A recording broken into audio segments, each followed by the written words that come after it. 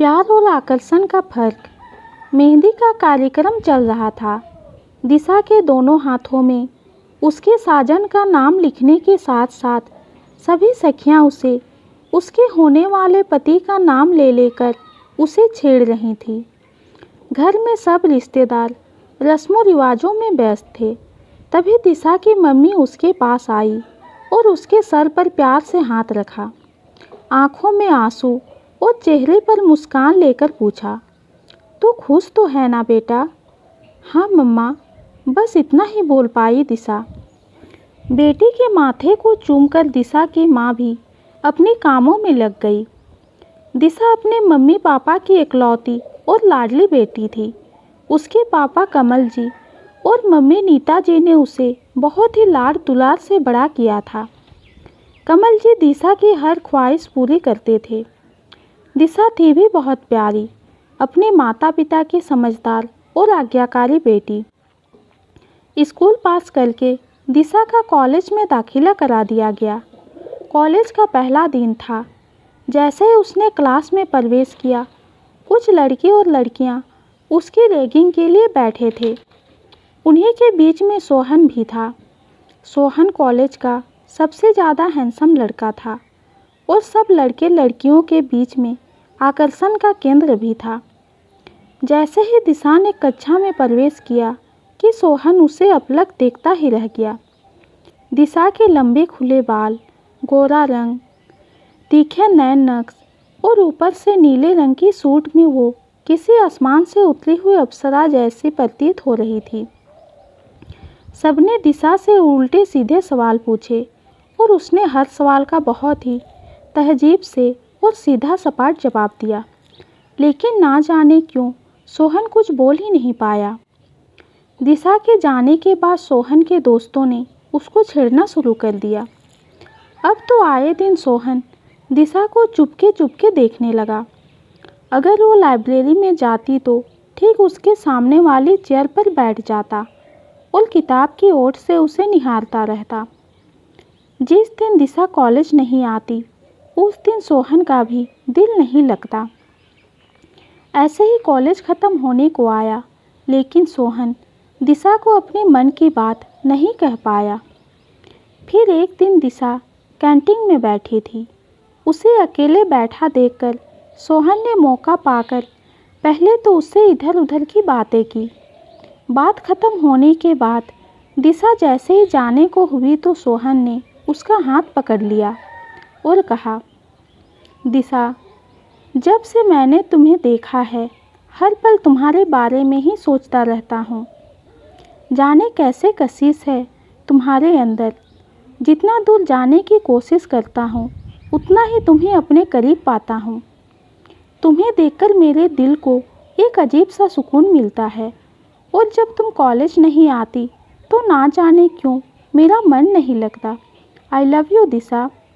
सोहन के मुंह से ये सब बातें सुनकर ना जाने क्यों दिशा के मुंह से भी एकाएक निकल गया, I love you too Sohan. और अब तो रोज़ रोज़ दोनों का ज़्यादातर समय कैंटीन में व्यतीत होने लगा। इसी तरह से समय बीत रहा था। कॉलेज की पढ़ाई भी ख़त्म हो गई और दोनों अपना करियर बनाने में लग गए। कुछ दिन बाद दिशा ने सोहन को फ़ोन पर कहा, सोहन, मेरे मम्मी पापा मेरे लिए रिश्ता ढूंढ रहे हैं, मैं क्या करूं? हाँ तो शादी कर लो ना, इसमें इतना सोचने वाली कौन सी बात है? सोहन ने जवाब दिया। मजाक मत करो सोहन, तुम्हें पता है ना कि हम एक दूसरे से कितना प्यार करते हैं। तो क्या प्यार तुमसे और शादी किसी और से? नहीं, ये मुझसे नहीं होगा, दिशा ने भावुक होकर कहा। देखो दिशा, इसके लिए तुम्हें कुछ समय तक इंतज़ार करना पड़ेगा ताकि मैं अपने घर वालों को हमारे बारे में बता सकूं। दिशा को भी सोहन की बात जायज़ लगी। तभी एक दिन दिशा के लिए समीर का रिश्ता आया। उसके मम्मी पापा को समीर और उसके घर वाले बहुत अच्छे लगे। समीर भी काफ़ी पढ़ा लिखा और समझदार दिख रहा था, लेकिन दिशा सिर्फ सोहन से ही शादी करना चाहती थी। उसने सोहन को फ़ोन लगाकर कहा, सोहन, तुम्हें पता है मेरा रिश्ता पक्का हो गया है और बहुत जल्द सगाई भी होने वाली है। मैं तुम्हारे अलावा किसी और की नहीं हो सकती। मैं क्या करूं? मुझे कुछ समझ नहीं आ रहा, कहकर बुरी तरह से दिशा रोने लगी। सोहन, देखो दिशा, जो हो रहा है होने दो। अगर शादी हो जाती है तो क्या हुआ? शादी के बाद भी मैं तुमसे मिलता रहूँगा। दिशा, कैसी बातें कर रहे हो तुम सोहन? तुम जानते भी हो कि तुम क्या कह रहे हो। तुम तो कोशिश करने से पहले ही हार मान रहे हो। क्या यही तुम्हारा सच्चा प्यार था? इतनी बातें जो तुम मुझसे करते थे, क्या सब झूठ था? तभी पीछे से किसी लड़की ने सोहन को आवाज़ दी और सोहन ने जल्दी से फ़ोन काट दिया। दिशा को सब कुछ बहुत अजीब सा लगने लगा। उसने वापस फ़ोन मिलाया, लेकिन सोहन ने फ़ोन उठाने की बजाय उसका फ़ोन कट कर दिया। यह सब दिशा को अंदर तक बेचैन कर गया। उसे महसूस हो रहा था कि कुछ तो है जो या तो देख नहीं पा रही या फिर उसका वहम भी हो। तभी एक दिन उसकी कॉलेज की एक सहेली उससे मिलने घर आती है। बातों बातों में पता चला कि सोहन की तो शादी हो चुकी है और काफ़ी अमीर लड़की से उसने शादी की ताकि अपना करियर बना सके। यह सब सुनकर दिशा को विश्वास ही नहीं हुआ। क्या ये वही सोहन था जो सच्चे प्यार के डींगे भरता था? पूरी रात वो रोती रही। उसे सोहन के साथ बिताया हुआ हर पल याद आ रहा था, लेकिन वो अपने मन की तकलीफ किसी के साथ बांट भी नहीं सकती थी। उसके मम्मी पापा ने जब उसे यूं उदास देखा तो पूछा, बेटा, तुम खुश तो हो ना? जो लड़का हमने तुम्हारे लिए पसंद किया है, अगर तुम्हें लगता है कि किसी भी वजह से वो तुम्हारे लायक नहीं है तो तुम बेझिझक हमें बता सकती हो। दिशा, नहीं पापा, ऐसी कोई बात नहीं है। आपने मेरे लिए जो सोचा होगा वो अच्छा ही होगा। समीर सगाई के बाद जब भी दिशा को मिलने के लिए कहता तो दिशा कोई ना कोई बहाना बनाकर टालती रहती। एक दो बार अगर समीर से मिली तो भी औपचारिक बातें करके रह गई। समीर को भी लगता था कि शायद वो शर्म के मारे बात नहीं कर पा रही हो। और आज मेहंदी के कार्यक्रम के बाद जब रात को सब सो गए तो दिशा अपने कमरे में जाकर ज़ोर ज़ोर से रोने लगी। उसे समझ ही नहीं आ रहा था कि वो क्या करे। चाहकर भी वो सोहन को नहीं भूल पा रही थी। वो सोहन जो उसे धोखा दे चुका था। जाने क्यों वो उसके दिल में इस कदर छाया हुआ था कि उसकी हर छोटी से छोटी बात भी उसके जहन में बस चुकी थी, लेकिन सबके सामने खुश होने का दिखावा कर रही थी। और फिर वो घड़ी भी आ गई जब दिशा मांग में सिंदूर और गले में मंगलसूत्र पहनकर समीर की पत्नी के रूप में उसके घर आंगन में आ गई। ससुराल में बहुत सारी रस्मों के बाद जब दिशा को उसके कमरे में ले जाया गया तो उसे चैन की सांस मिली। तभी रात को समीर कमरे में आया। उसे देख दिशा एकदम से घबरा गई। समीर, आज हमारी शादी की पहली रात है, क्या मैं आपसे कुछ पूछ सकता हूँ? दिशा, हाँ समीर जी, पूछिए ना जो पूछना चाहते हैं। दिशा, मैं चाहता हूँ कि पति पत्नी बनने से पहले हम अच्छे दोस्त बने, एक दूसरे के दिल की बात बेझिझक दूसरे से कह पाएँ। अगर आपके दिल में कोई भी ऐसी बात हो जो आपको लगता है कि मुझे पता होना चाहिए तो बेझिझक आप मुझे कह सकती हैं। मुझे अपना पति ना समझकर एक दोस्त की तरह अपने दिल की बात मुझसे शेयर करिए और मैं वादा करता हूँ मैं आपको गलत नहीं समझूंगा। ऐसी कोई बात नहीं है समीर जी, हड़बड़ाकर दिशा ने जवाब दिया। कुछ तो बात है दिशा, ना जाने क्यों जब भी आपसे मिला और जब भी आपसे बात की तो ऐसा लगता था कि जैसे आप मुझसे खिंची खिंची से रहती हैं। हर बार आपसे पूछने की कोशिश की, लेकिन यह सोचकर रह गया कि ना जाने आप क्या सोचेंगी और शायद तब मेरा इतना हक भी नहीं था आप पर। लेकिन अब आप मेरी पत्नी हैं और अब हम एक दूसरे से अपनी हर तकलीफ़ शेयर कर सकते हैं। तो बताइए कौन है वो? दिशा एकदम से चौंक गई। दिशा जी कौन? किसके बारे में बात कर रहे हैं आप? समीर दिशा यह आप भी अच्छे से जानती हैं कि मैं किसके बारे में बात कर रहा हूँ। दिशा की आंखों में आंसू आ गए।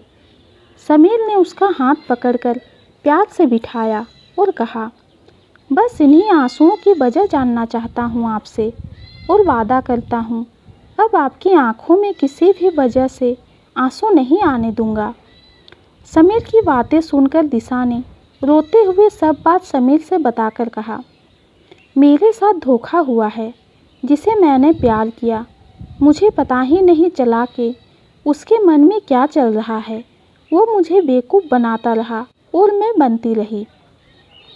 नहीं दिशा, बेवकूफ़ आप नहीं, वो इंसान था जिसने आप जैसे प्यारे लड़के की कीमत नहीं समझी और आप जिसे प्यार का नाम देकर अपने दिल ही दिल में दुखी होती रहती हैं। असल में वो सच्चा प्यार था ही नहीं, वो तो ये आकर्षण था जो समय के साथ ख़त्म हो जाता है। बस ज़रूरत है तो आपको इस प्यार और आकर्षण के बीच का फ़र्क समझने की। दिशा समीर की बातें गौर से सुन रही थी। उसने नोटिस किया कि यह सब कहते हुए समीर उसे ठीक वैसे ही समझा रहे थे जैसे उसके पापा उसे समझाते थे। समीर ने कहना जारी रखा, दिशा भले ही आप सोहन से प्यार करती थी, लेकिन अब हमारी शादी हो चुकी है। मुझे आपके पास्ट से कोई परेशानी नहीं है, लेकिन मैं सिर्फ इतना चाहता हूँ कि मेरी पत्नी किसी की वजह से दुखी ना रहे और उस इंसान को भूलकर आगे बढ़े। आने वाली खुशियाँ आपका इंतज़ार कर रही हैं। दिशा आप ठीक कह रहे हैं, शायद मुझे इस बारे में ज़्यादा सोचना ही नहीं चाहिए था।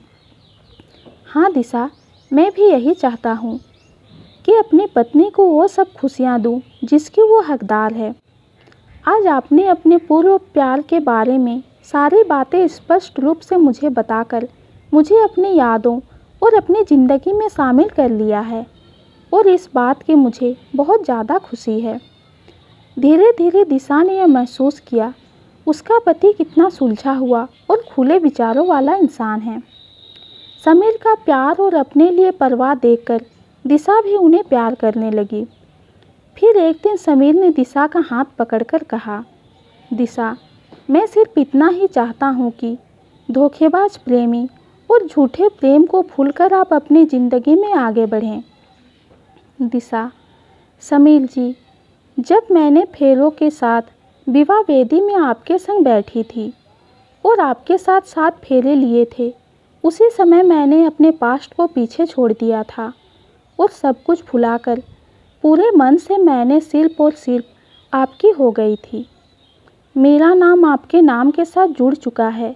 मेरी दुनिया आपसे शुरू होकर आप पर ही ख़त्म हो जाती है।